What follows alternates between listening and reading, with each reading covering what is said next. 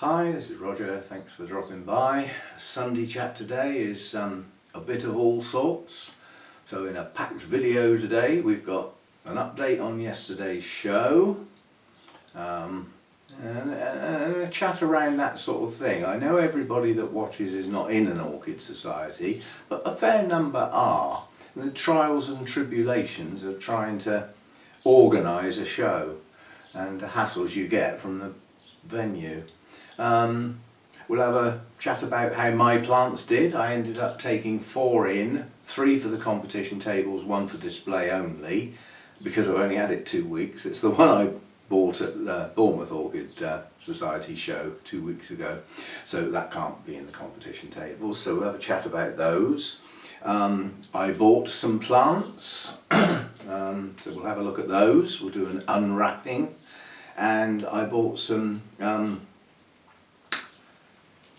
goodies. I needed some bark, so I got some bark, and I was given some new pots to try out, so we'll have a look at those. They are very useful. Unfortunately they're quite expensive. Well, mine weren't, they were free, but you know, if I wanted to chose to buy some more, shall we say. So that's that, and then we'll have a chat about what's coming up during the week, things I can think of. So without further ado and all that nonsense, let's get going.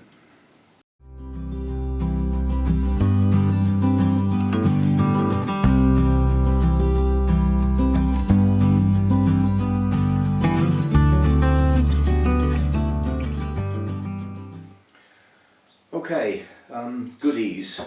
The Orchiata bark, long chat with Peter White from Peter White Accessories. I always do when I get the opportunity. He knows lots of things that are going on that other people don't know about. Don't quite know how, perhaps he's just nosy. But yeah, the Orchiata bark has got itself into a right state, because when it's imported into the EU, the containers are sprayed with a chemical, and they're imported in, by the Dutch. And effectively, the chemical that they're sprayed with has been banned in that country, and nobody's ever noticed before, and now they have. So unfortunately it can't be imported anymore. So it's now going to be virtually impossible to get, apart from the stocks that are already around. It looks like there might be a way round it by going up a bit and across by road. If there's a way, I'm sure it will be found. But in the meantime, this bark is Portuguese. It looks good stuff. Peter said it arrives damp, so he's found a local farmer basically that he knows quite well that has a drying area used for drying grain and things like that. When you harvest grain and everything like that, if it's not dried it will go mouldy. So they have a drying thing that turns things and applies very gentle heat to dry. And he's been allowed to sort of use that to dry the bark off. So he buys it in bulk, dries it all off, and then bags it up himself. So that's good, because if you buy it damp, and then you're not going to use it all at once, are you? So you're going to store it somewhere. A lot of people don't necessarily store it somewhere warm, like in their house. You know, it's going to be in an outhouse or something like that. So it's going to go mouldy, or it's going to get mould spores on it that will manifest themselves later in the pot when you start throwing water on it. So that should be good stuff. It's classed as large. It's a mixture. It's a bit like the Burnham stuff. It's not all large. There's some medium in there and even a little bit of small. But it has got some good large pieces in there, so when I'm repotting I can always pull out some of the larger pieces for the area in the bottom if it's a shallow rooted plant, so that it doesn't stay damp. Right, pots. What about these then? First of all, the shape. They're wide and shallow. Now that's unusual, because if they're wide they're normally deep and you end up having to do something about that. But these are wide and shallow and have got very pretty holes made in them, and plenty of them. Plus they're an air cone. Now they're £1 each, so they're not cheap pots, but nonetheless they're sturdy, they're not all flimsy and wibbly wobbly, and the ventilation in that is absolutely superb, and they're opaque, so they should keep the algae out. So whoever designed that knew what they were doing and they'd thought about it. You know, if that had been clear, that would have been a mark it down by 1. You know, if it hadn't been an air cone, mark it down by 1. If it had been a deep pot, okay for some orchids, but so yeah, I'll find something that needs that. I mean, I've only got 3, but then I did get given them. He said, take some away and try them. Obviously that's pre-sales, isn't it? You know, because if I like these, I'm going to get some more, aren't I? so that's that. I like those pots a lot. There was a larger size as well, but quite honestly, I've got stacks of large pots. It's the smaller ones I have trouble with. Oh. And that was distinctly lacking. There, one of the problems. Our venue has a lovely kitchen, which we're now not allowed to use because it's a school. So you've got a big school hall, a separate room that we use, an entrance hall where we can, you know, greet people and everything. It worked well with that kitchen. Big long counter, put all your cakes out, you know, serve across the counter, washing up facilities, keeping stuff hot, boiling water, everything, absolutely fine. Shut us down, not allowed to use it. They farmed the kitchen for their use out to a separate company that now run the kitchen for the premises, and they've said no, you're not using it, so we've got no choice. So what have we got? In the sitting area where you take your food to sit down, like you get your lunch, you go with your tray and you find somewhere to sit, don't you? Well, we've now got to use that. So we've got some tables set up in there and a sort of standalone cooker thing that's like a combination of a microwave and a grill with a couple of rings on the top and can keep stuff hot, and then a sort of slow cooker to keep the soup hot, and the washing up's at the other end of the building. It's just not right. So the catering people, first of all the head caterer, Sue, she'd got COVID, so she couldn't come at the last minute. So those that were there were struggling a little bit without the leader, but they did a grand job. I got bacon rolls, that's all that matters. Bacon rolls and coffee, I'll run all day. But the way it's working is probably the best it's going to be, but it's not good. Yeah. Plus we had other hassles. They seem to have reduced the number of tables in the place. We couldn't get tables. We didn't have enough tables for the, like, you know, Arthur from Burnham's, he's still got trays of plants and nowhere to put them because we ran out of tables. Again, a hassle. Now, luckily, when we found the caretaker, because he just wanders around, you know, and he leaves his walkie-talkie on the counter in reception. That's the bit you use to contact him, and he just leaves it there. So he's off around the building.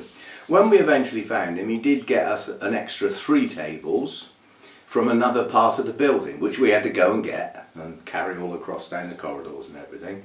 But those replaced the 3 tables that came out of the mix for us to work the catering. That's where the 3 tables went, if you see what I mean. But even with replacing those 3 tables, it looks like some have gone missing. Perhaps they got a bit dilapidated and they haven't replaced them. But it's a big deal, you know, the tables is where everything has to go. So, yeah, hassles. And there were other hassles as well. Lynn was having a moan about various things that... and she's sort of got to the point now where she's nearly had enough with that venue. There's so many, we had to have meetings, there's you can't do that, you can't do that, we're not having, you know, it's just become a hassle to use that place. Now I had a look round this morning for an alternative venue, and I found a website that's got the websites of all the halls that you could hire. School halls, community centres, community halls, church halls, got a big list of all of them. And they've all got a website, and that's when you start finding out where there is good web design and absolutely lousy, and some that fail miserably. So you've got a link to a website that just collapses, you know, so it won't even load. But nonetheless, it gave a lot of options. But as soon as I started looking, I had a quick look around this morning, you find the limitations straight away. I found a place with a smashing hall and a superb kitchen. There's no parking. You know, it's only got a few spaces outside, and that parking's open to the public that are not using the hall. And there's a retail park the other side of the road, so you know what's going to happen. People are going to park there and walk across the road, aren't they? So parking would be a big deal. Another place I found, again really good, but virtually no parking. Another place I found that had really good parking, free, you know, because some of them are in town centres, so you don't have free parking in town centres, you know, even for a thing like a community centre. But I found another one that had good parking and everything like that, but the hall was too small. We wouldn't get in there. So, you know, when you should start looking, we need a certain size hall. The separate room that always causes us hassle at the school, because they charge for it separately and it's charged by the hour. The first thing we have to do is take all the tables out of there to put in the main hall, because we don't want them in there. That's the potting demo place. Well, we're going to get around that by having the potting demo in the main hall, in the corner, and people can just gather round, if you see what I mean. So we may get around that, and that will save us on costs as well, and hassle factor. But, you know, then you find the hall's too small. But there are a lot of options there. I will go through them, and if necessary, I will do a day. You know, I sort of phone them all up in advance, find out that they're open and somebody who knows about the place is going to be in, and spend a day going around them all and have a look at them. Because a lot of the halls, the website hasn't even got the size. It's got a pretty picture, but it hasn't got the measurements. And you know what pictures are like, they can be deceiving. Anyway, so I've sort of tasked myself with doing this because nobody else is going to do it. So I will have a look around the other venues and see if we have alternatives that are suitable. Quite a few of the places I looked at would be a lot cheaper than what we're paying now. A lot. Like a third off. So it would save us costs. But if we have to sacrifice facilities, there's going to be a happy balance there. Right, how did my plants do? Well, first of all, you haven't seen this yet. I decided to take my little orangus in because the blooms opened, and Lynn said, if it's got a flower on, bring it in. So I thought I'll bring it in. And on the way in the car I was thinking about, this is a Vandaceous type. It's going to go in the Vandas and allied genera. And I'm thinking to myself, it's probably going to be the only one. Well, it was. It was the only one. Can you imagine a class and that's the only plant in it? It's tiny, you know. It got a first nonetheless. And obviously you haven't actually had a good look at the blooms on this. I just plonked it on the top of a pot with some moss in. It's much better than trying to put it on a hanging stand. Much better. I can get me wiggly bit back up again. But yeah, the blooms on this are not attractive as such because they're just plain white. There's no colour there at all. It's the very, very slightest hint of green in the centre. But because they're night scented, they don't need colour. In fact, they're better off. The paler they are, the better they are, because they've got to show up in the dark. But lovely long spurs on the blooms. I won't say too much about that because I've got a care collab coming up on this actual plant. So, you know, we'll have a chat about where it comes from and all that sort of stuff. But that's my mature plant that used to have a couple of spikes on with many blooms on. I just decided one morning to dump its leaves. And this is the replacement young plant to sort of grow on. So this is its first blooming. That is a single spike with 2 blooms on. Under normal circumstances, this fastuosa would probably have 5 or 6 blooms on a spike and is capable of multiple spikes when the plants get more mature. That's if they live long, live long and prosper. So that one did okay, that got a first, but it didn't have any competition. So that's that one. Go back up there. What else then? The Zygo. Oh, the fragrance on that is powerful. So I just don't want to pull my TV aerial down. It takes a long time to get that to stand upright and balance. It's going to get replaced soon. Right, so close up of blooms. You have seen these before. This is Louisendorf, but again, that got a first. Now that wasn't the only one in the class this time. There were two. Was it 2 or 3? Anyway, it didn't have a huge amount of competition. So that got a first as well. I've got to find somewhere to put these now, haven't I? Floor for now. I've got to sort them out because they're all in they're in shell pots, you know, they all have to be in black pots sort of thing. So it's a black pot with my pot inside, newspaper to hold it in place, and then moss around the top to make it look pretty, basically. Some people top dress with bark, but then whatever bark you use to top dress is going to get down in the pot. A little bit of moss on the top of the pot, I don't mind. So that was that one. And then this one didn't go in the competition bench because this is the one I got at Bournemouth last week, so this was my purchase last week. Again, you know, it's got to go in a black pot. There's a story as well. The lady who is a new member came along with a box of orchids.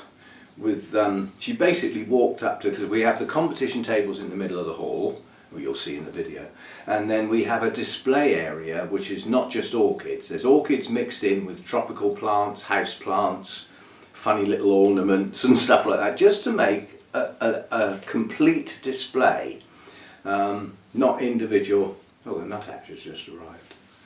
Jolly good. Oh, well, you can't see that.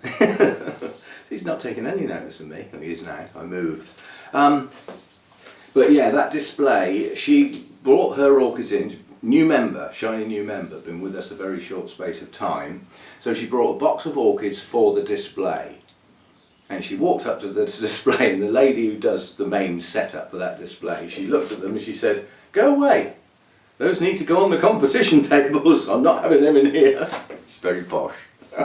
And like the lady was taken aback because she didn't expect her orchids to be good enough to go in the competition. And in fact, they not only were good enough, she took some first and a best of. One of her orchids got best of something or other, best hybrid in shells, something. So, like I say, if you leave them at home, you don't get anything. You've got to take them in.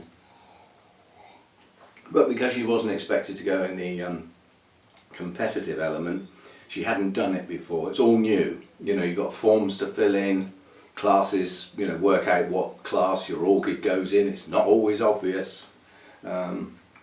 So she needed quite a bit of help. Even decisions on, like, you know, because she hasn't entered a competition before, she's classed as a novice and she can go in the novice class. Now, once you take a first in the novice class, that's it, you're out, you're not allowed in there again, but you get a go, you know, and often you're the only entries, and you get a cup for that as well, you get some silverware. So anyway, we had to decide, because next to the novice class was the windowsill class. And I said to her, "Do you grow all your orchids in the home?" She said, "Oh yes." I said, "Well, quite honestly, looking at what's in the novice class," which was huge, phylogeny, you'll see it in the video. I said, "You're better off putting your plant that doesn't go in a named class, you're better off putting that in the windowsill class, quite honestly, because you'll do better in there with a plant grown that well, if you see what I mean." So we did that, and that got first. And then she had a couple of Phalaenopsis type dendrobiums, a gorgeous nearly blue one, and a Thailand black with 2 lovely spikes on. So she had some good plants there, and did very well. And one of her plants did get a best something or other, so that's that. And then the last one, which was the one, this looked an awful lot better with 2 spikes on, but Lynn said if it's got blooms on, bring it in. And the thing is, sometimes it just depends what else is there. Now that went in the Oncidium species or hybrid class. It's a single class, so they're merged in together at Wessex, and that had competition. so that got a third, you know, out of quite a few. So that's that. Ugh. We were short on plants for the competitive element, but like just in the last sort of half hour or so, a lot more turned up than we were expecting. So overall it was better than expected. But given that Bournemouth's 2 weeks ago was probably the best show they've ever had, both, you know, number of people through the door and everything, yesterday until the very end it looked like we weren't going to make a profit. It looked like there was going to be a loss there, and it came through. At the end of the day it came through. The previous treasurer came in again, thank you very much, and did the door and all the bookwork. So it's all done for me. All I've got to do is sort of, you know, key it all in again, and make some payments for people who need paying back for expenses and things like that. So I've got a bit of work to do, but I didn't have to do the door, which I don't really want to do. And he likes doing it, you know. It's the only thing he comes to. He don't come to meetings or anything. He comes to the Christmas do. I think he comes to the garden party in the summer. So he comes to the functions. He doesn't come to meetings anymore. So it's nice to see him, and he does a grand job. It's so well documented and such neat, pretty handwriting. I've got hardly anything to do, and I'm not doing it today. But yeah, at the last minute, once we got the catering, and the catering this time had a lot of one-off expenditure because we couldn't use the kitchen and everything and didn't have the washing up facilities. We had to buy in, you know, disposable, recyclable coffee cups and plates and dishes for the soup and everything. So, you know, that was one-off cost. We bought a lot more bacon than we needed, but that can go in the freezer and I'll keep till next time. So that's not, you know. But yeah, you've got the cost of the hall, any expenses relative directly to the show, and then you've got your income, which is your catering, and then you've got your raffle. And both of those did pretty good, yeah? And then the door, what you charge on the door, and that had recently gone up. The combination of all that meant that we've actually made an amount of profit that's acceptable, because there's a lot of effort goes into putting on a flipping show. Not my effort, I just turn up. But so that was that. You're probably wondering what I bought. Well, one of the things I bought you saw in the video of Bournemouth Orchid Society 2 weeks ago. How on earth have you done that, I hear you ask? Friends, people in the know. And I bought something that is a replacement. It happened to be a nice one. It's a plant I had, and had for a few years, and it went down. And it's one of those I thought, if I see a reasonable one of those again, I'll get it. And this is not only a reasonable plant, it's got spikes on, and it's a super version of that plant. So it's bigger and stronger than the normal species. It is a species. So let's do some unwrapping. Can you tell what it is yet? No, obviously. Oh, there's a nice story here as well. The other plant I've got, I bought from a friend that actually had it in the show at Bournemouth. And this guy has enough plants, it's mainly cymbidiums and the older odontoglossum types, that's his sort of favourite thing, and a few cattleyas. But he has enough plants at this spring show, this time of year, to have his own display, which you will see. I will film that as, I'll probably do it as a separate video, quite honestly. It's good enough. If we could have given him an extra table and he could have spread his plants out, it was a show on its own. Probably better than ours. But anyway, I've known the guy for years. He's offered advice on my growth. He's the very man who said, Roger, your oncidiums are getting too much light. Anyway, he knew I liked that plant, and he broke the spike, unfortunately, so I haven't got the blooms as they should have been because the spike broke. But he said, I've actually got 3 of them, you can have that. Not, I had to pay for it, but... So, that's part of the story, that's where that one came from. But this one was bought from, I got this from Burnham's, and there were quite a few of these, and I had to search through And I chose this one because it was the one with the most leaves on the same number of bulbs. Quite a few of the others had more bulbs, but quite a few leafless ones. So they were still a unit, they still had a lot of energy in them because they were all nice plump bulbs, but they didn't have the leaves. So without the number of leaves, it's not going to feed itself as well. Photosynthesis and all that. So, and I chose this one because it's got spikes. Can you tell what it is yet? I know there's a lot of you going, he's got another Oncidium. No, he hasn't. He's got a receipt in there as well. Yeah, chat about that. Not the amount. What I pay for my orchids is my business, but what we've got is a coelogeny, and it's incorrectly named. Arthur, I'll kill you. This is the old name for this come on, brain. Coelogeny. It used to be called Orchiata, and it's now called Nitida, or Nitida, however you want to say it. And that's what it will be called here, because it's easier to say for a start, although you'd never guess, would you? But as you can see, this one's got Super, clonal name of Super on it. And given my view of this orchid over the years, these are large bulbs for this particular coelogeny, and these are spikes, so we're going to get blooms. Highly fragrant, attractive coelogeny blooms. And like I've said, I chose this one because all of the older bulbs have still got their leaves. Even the little bulb at the back has still got its pair of leaves. So this had the most number of leaves for the given number of bulbs. A couple of the other plants had like half as many again, had another 3 or 4 bulbs, but they were leafless and they only had 1 spike. So this had the most number of leaves and 2 spikes. So providing this doesn't blast or stall, and Arthur said these were split and potted up last August or September, he didn't remember exactly when, and they're in good quality bark. There's root activity going on in there. I had a little rummage. I didn't turn it upside down to have a look at the roots because it is bark, it would have all gone all over the floor. So I'm pleased with that, and when I put my card in, I didn't mention it, so it's partly my fault. I looked at Arthur and I said, "You've charged me full price, you toad." "Oh, sorry." He said, "I've done it now, I've rung it up." So that's part of the story. And then we go on to the next plant.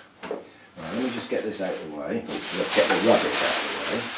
Not the plant, that's not rubbish. Yes it is. No, it's not. It's good stuff. And now we've got this one. And as you would see, this one is wrapped up exactly the same way. So when I went over to my friend Brian to actually pay for this one and like take it, I took it back over to Arthur and I said, "Because you charged me full price on your plant, can you wrap that one up the same so that I can unwrap it in my video tomorrow morning?" Cheek. But he did. So that's why it's all nicely wrapped up. So effectively I got a wrapping service for free. That'll do. You can't expect gifts all the time. I mean, I've known Arthur years, but you tell what it is yet? No, he's got another Oncidium type. Well, this time you're right. But what he has got is a named variety of something that is virtually impossible to get. Complete with broken spike. But I got that off my friend. Now, if you remember in last week's Bournemouth Orchid Society video, I was singing the praises of this. It reminds me of Crispum, you know, one of the original odonts that came across in the Victorian days. It isn't, but it reminds me of it. The coloration, frilliness, yeah. But I love that. Even though it's just basically 3 colours, but I just like the old odonts, complete with 2 blooms. The top of the spike broke, basically, unfortunately. So it's not a huge plant by any means, It's got 3 plump bulbs. It hasn't got many leaves. The latest bulb with the spike on does still maintain its leaves. It's got 1 shriveled old bulb. So it's to grow on and enable me to get it to do that again. And it is a bit of a challenge. These old odonts are not the easiest to do. Now the label says Oncidium hybrid, because that's what you've got to say now, because the odontoglossums are all reclassified as Oncidiums. But this is Anna Claire. So it has actually got a proper name, registered name, Anna Claire.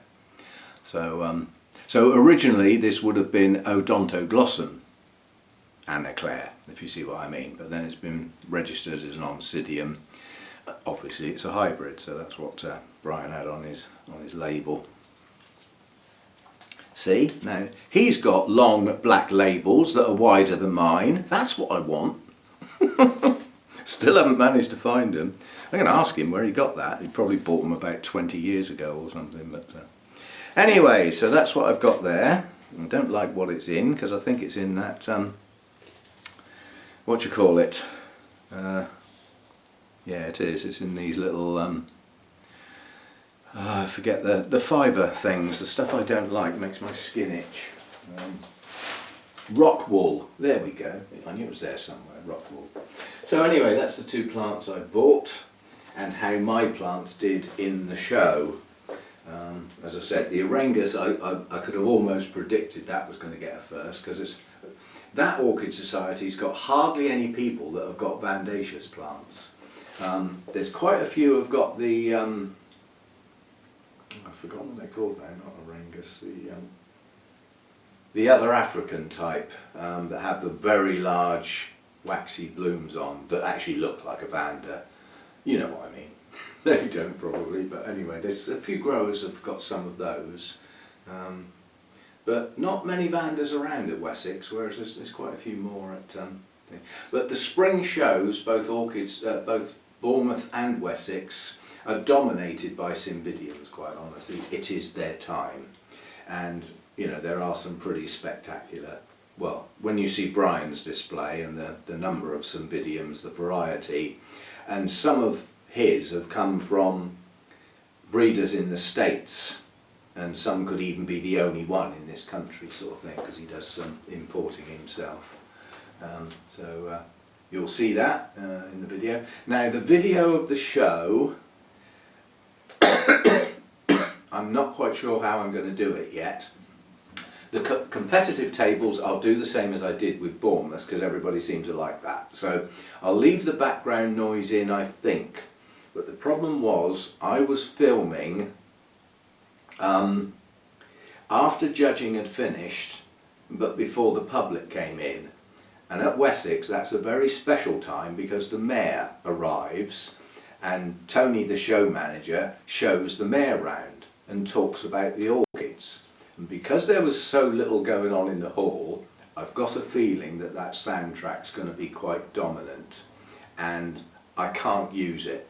That's the problem. You can't you can't broadcast on YouTube a soundtrack with the mayor when you haven't asked. So I might have to fade that right down or not use it. But I'll go over the plants. If I can wait long enough, the actual competitive tables, Lynn has got a list of every plant that was entered by class. Now if I can get that list prior to doing my video, you will have a one-off, because I'll know the name of the plants as I go round, and that will make it more interesting, because normally I don't.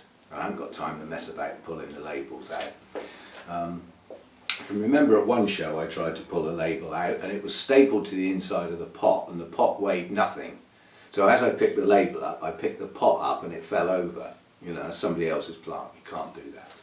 So yes, so if the video can just be held long enough and I can get the name of the plants, that would make that show video a little bit different, because I will be able to name each plant as I'm going round. I mean, a fair few of them are just going to be hybrids, but those that have got names, I would have that. It might be worth waiting for that.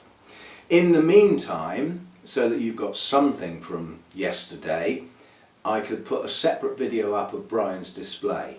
That would make a video on its own. Yeah? Again, I'm not going to know the plant names, well, except for this one, but that's not in his display again, but he did say he does have 3 of those. So anyway, yeah, so that was yesterday. I've still got part 3 of the Project Orchids. They seem to be going okay. I'm going to have to take care. I got a little bit carried away in part 2. If you remember the principle of the Project Orchids, the video clips from the initial look will be the start of update 1 followed by the current view of the plant. Then when we get to update 2, we'll have update 1 followed by update 2. Those initial looks on group 2 are a little long. I forgot. I need to keep the clips short because they're going to build up as the year goes on. And when we get to the end of the year and we put all the clips together, we'd have to have a video for each plant. There's an idea.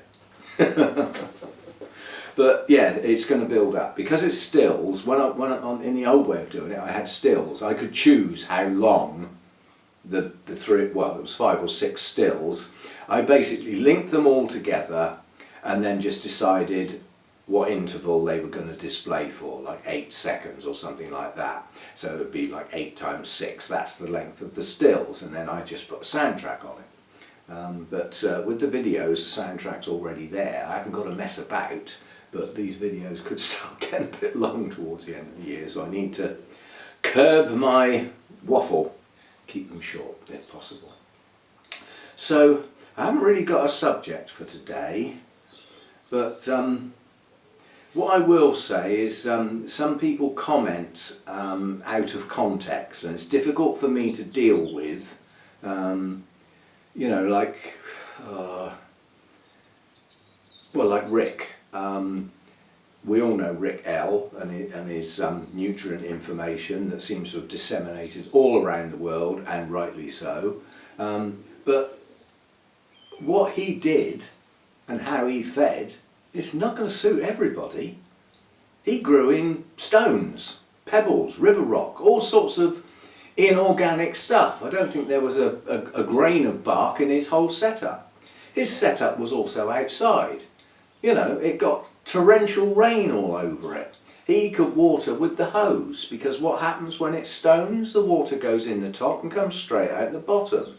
The roots take what they can in passing. It's not going to stay wet, is it? He was also in an environment where the outside temperatures were quite high at times. So it's going to dry, stuff's going to dry fast. And if it dries fast and it's been washed through, when it rains, all the nutrients are cleared out. There's no holding nutrients in that sort of environment. So you have to feed very frequently, because every time it rains, it's just clear water. So brilliant for flushing things out, but not when stuff's actively growing and you want to stonk it up with fertiliser. So you've got to keep putting it in over and over again. Well, if you latch on to how often Rick fed and then apply that to a moss media in a cooler environment, you're going to blow it. So it's not one solution fits all. And what I took from Rick was not the way he grew, because it's totally different and not suitable for me. Yeah?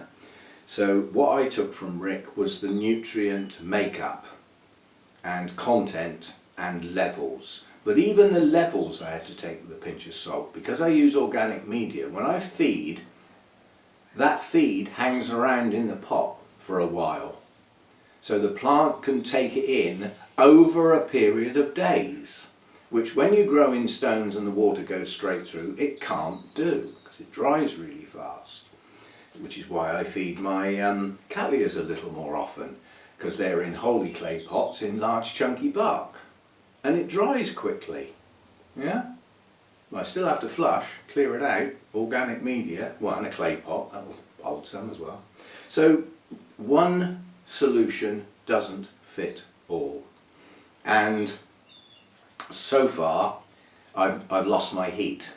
Now for some orchids that's not good, and they're going to grow slower this year. There's a male chaffinch just arrived. I'd love to get that on video, but if I move to grab the camera, it'll be gone. But that's another, oh, it's a pair. Even better, they'll nest around here now, so a pair of chaffinches. They've become incredibly scarce. They've had a virus and their numbers have gone right down to, well, very low, dangerously low. And I've got a pair in the garden, and they have been on the feeder, so that's up one species on the feeder now. Good stuff. Yeah, so you have to go careful when, like, why don't you do this? Well, first of all, stop and think how long I've been growing. Don't you think I've already had a thought about why don't you do this?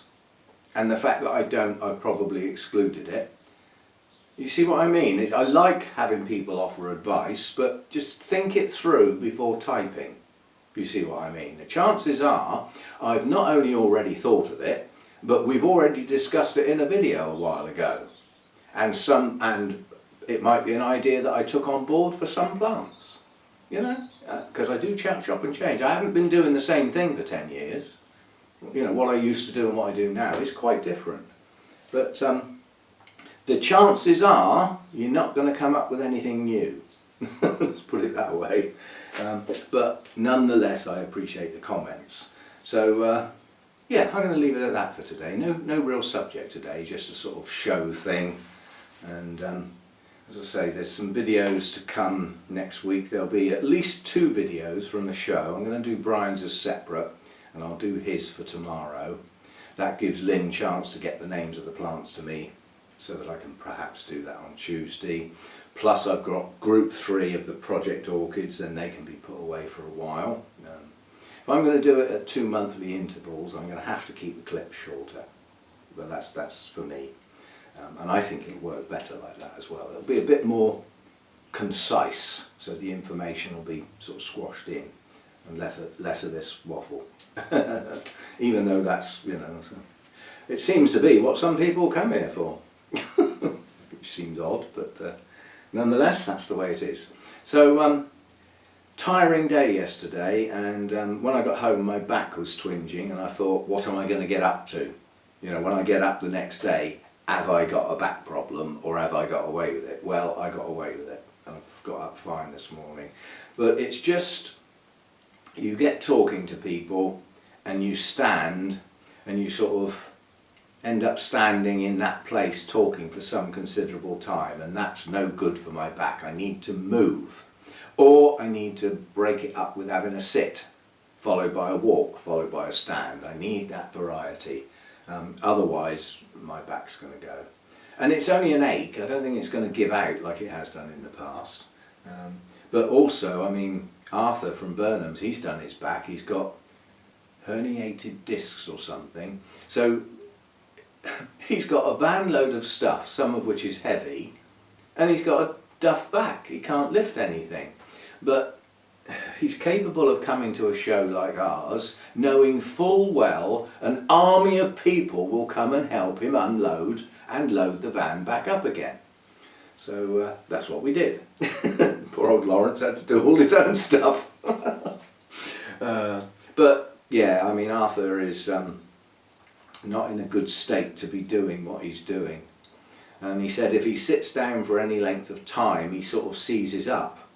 Well, driving a van from the nursery to a show that's probably about 150 miles, you know, I hope he managed to stop and get out and walk around for a bit, but it's the time of day you have to get there is the problem, to make sure you're set up ready for the public.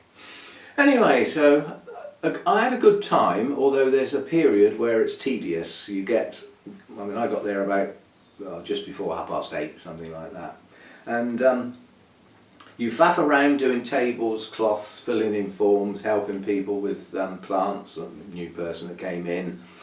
You get your bacon roll as soon as I get a whiff of bacon, I'm in there.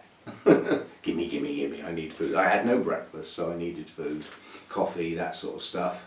And it all comes to, registration finishes at 10, so at that point there's no more plants coming in to go on the competitive tables, so you can sort of close that function down and then get ready for judging, making sure all the cards are filled in and everything.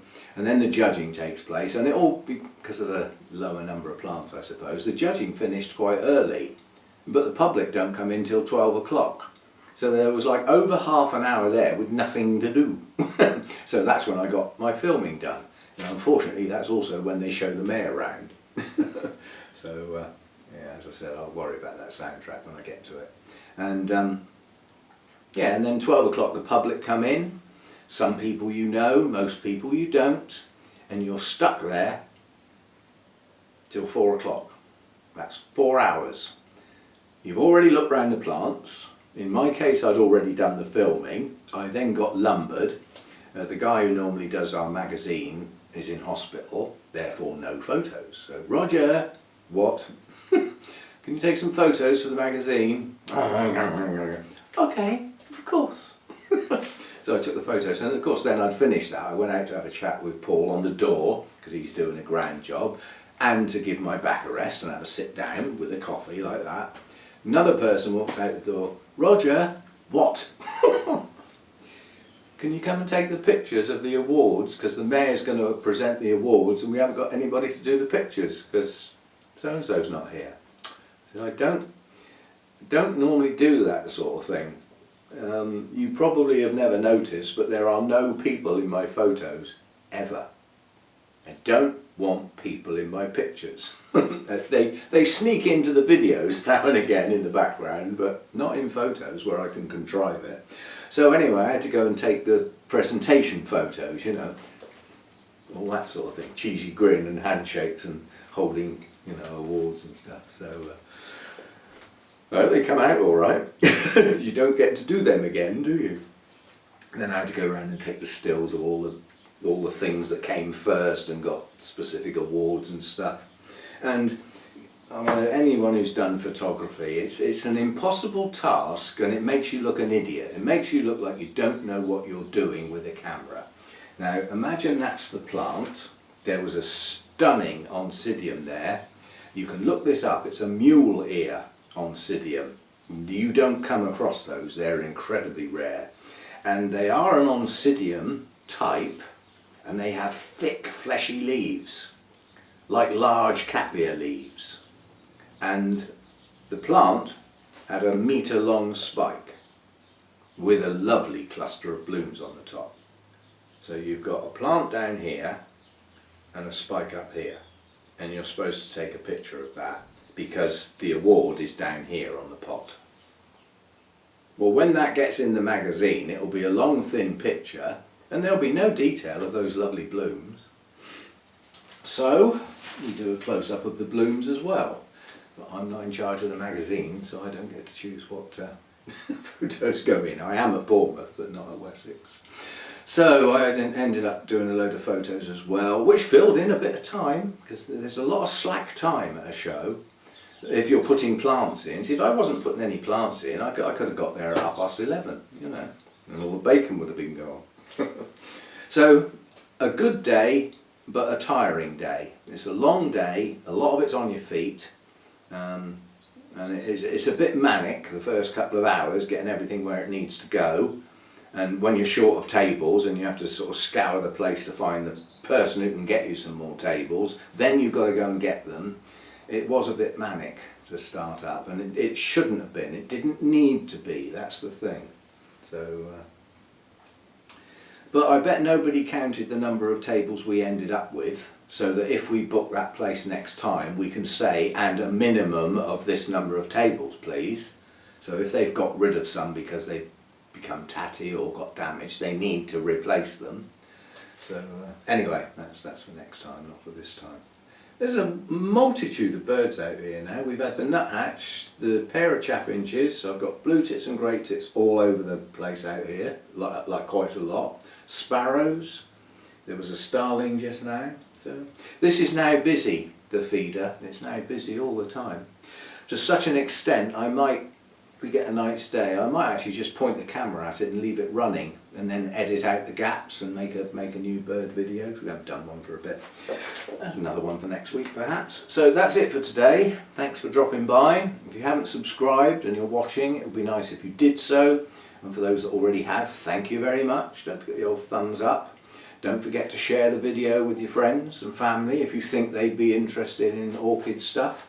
This is probably not one of the best ones to share, but some of the others might be that are specifically about sort of orchids and that sort of thing.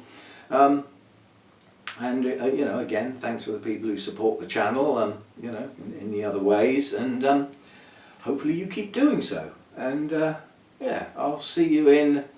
I've already got sort of 3 or 4 videos in my head for next week, so I'm not short of things to do for once.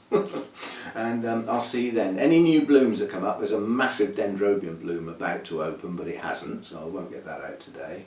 And another one that's been a regular bloomer for the last 3 or 4 years is about to open as well. So we've got some new blooms to look at as the week progresses. And I'm sure there'll be an odd spike here and there as well. So we'll pull those out as and when. And I need to get this room straight now and get the plants back where they go and get the moss out of the pots back in the tray. And yeah, no watering today, I'm doing it all tomorrow. So, yeah, have another look at that. I mean, it's not going to appeal to everybody, but these are what I like. The old-fashioned odontoglossums, they're what I like. And that epitomises the older odonts, because a lot of them were white with various colours and markings and things. And what I like about this type is they're like snowflakes. No 2 blooms will ever be the same. They'll either have different size spots or a spot where there isn't one on another bloom. Every single one is different. And that's what I like about them. And they're not the easiest to grow either. But they should be easier to grow this year because I haven't got the heat. So let's hope they do better. So I'll see you next time. Various videos this week, and thanks for dropping by. Bye for now.